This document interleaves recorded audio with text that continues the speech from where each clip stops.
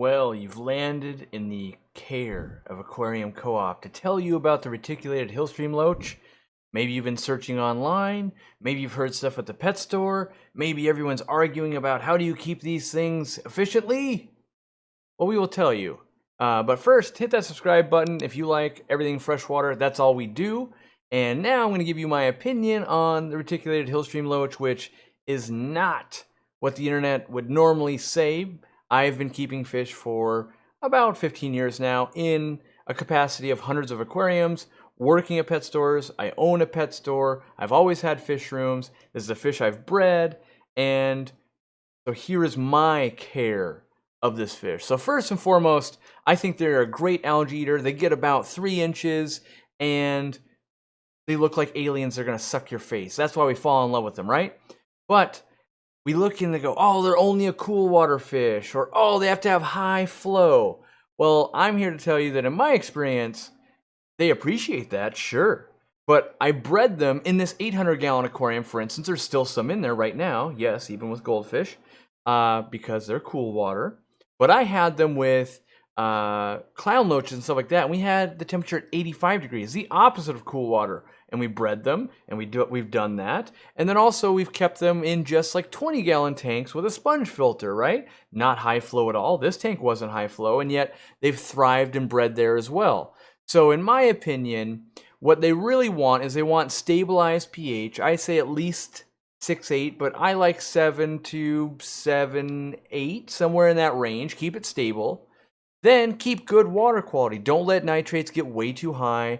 In general, I like to use a lot of live plants. You don't have to, but I like to. It helps monitor that.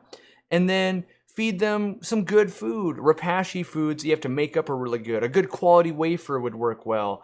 They don't necessarily go for the bloodworms and the frozen brine shrimp and that kind of stuff. They'll eat flake food. They'll eat stuff that hits the bottom, but getting them some good food that's kind of made for them, a good wafer or that rapashi, really goes a long way to getting them into breeding mode. And that's, if you can get a fish to breed, that shows they're pretty happy most times. Not always, but that's what we want to do. We want to spoil this fish. And so I think keeping that pH normal, as far as like temperature goes, I think anything from 68 to 80 is acceptable.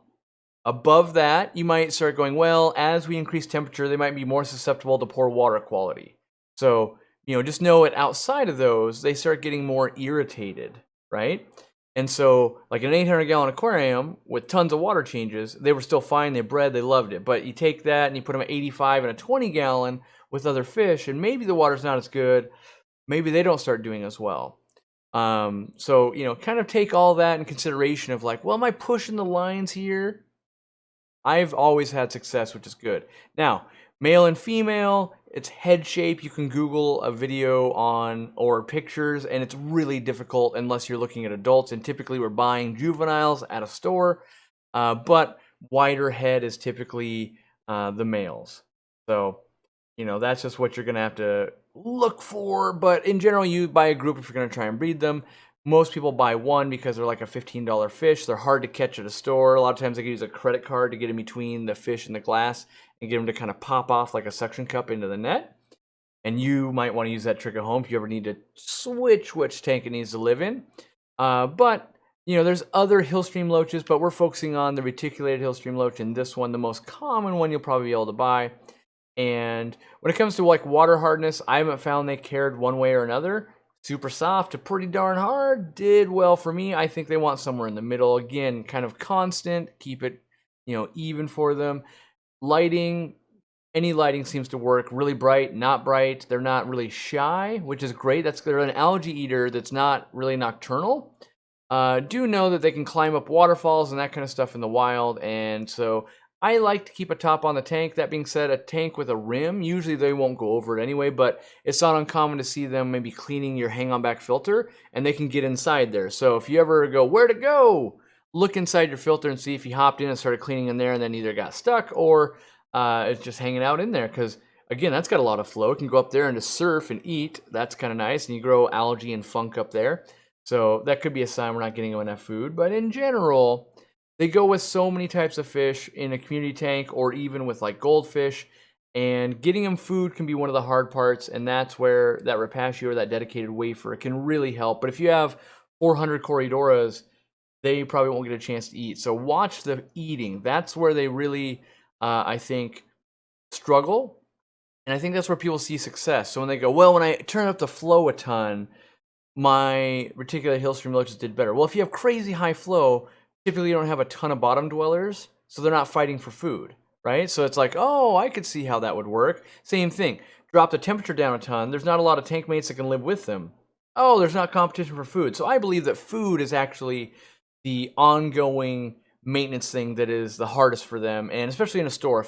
If I've got 30 of them in a tank and they've all got to eat off one block of Repashy, they're not going to eat as well as you have one and eating one block of Repashy. So at a store, and most stores wouldn't even feed them that, so they might be already really hungry. They come into your populated tank, they're still hungry, there's a lot of competition, and then you kind of go, yeah, like 5 weeks later, he just wasn't alive anymore. That would usually be a sign of, oop, we didn't get them enough food, they kind of starved out long term.